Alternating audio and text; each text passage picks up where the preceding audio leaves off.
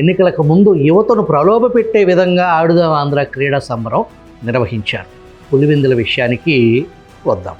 వడ్డించేవాడు మనవాడైతే బంతిలో ఎక్కడ కూర్చున్నా ఒక్కటే అన్న సామెతలాగా నాడు జగన్ సొంత నియోజకవర్గానికి ఏకంగా క్రికెట్ స్టేడియం కేటాయించడం, దాంట్లో కూడా గబ్బు లేపటం అసలు వివాదానికి కారణం.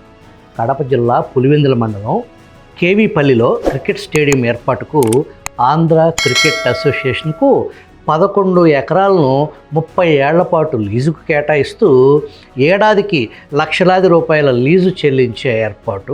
ఈ అద్దె ఏటా 12.5% పెంచుకునేందుకు నాడు జగన్ కేబినెట్ ఆమోదించింది. పులివెందుకు ఒక్కటే ఇస్తే బాగోదు అనుకున్నారో ఏమో, శ్రీకాకుళం జిల్లాలోని ఆముదాల వలసలో కూడా ఇంకో స్టేడియం నిర్మాణానికి ఇట్లాగే ఆమోదం తెలిపారు. ఆముదాల వలస మండలం జగ్గు శాస్త్రులపేటలో క్రికెట్ స్టేడియం ఏర్పాటుకు అసోసియేషన్కు 7.6 ఎకరాలను 30 ఏళ్ల పాటు లీజుకి ఇస్తారు. ప్రతి ఏటా 12.5% లీజు పెంపుకునేందుకు కేబినెట్ ఆమోదం.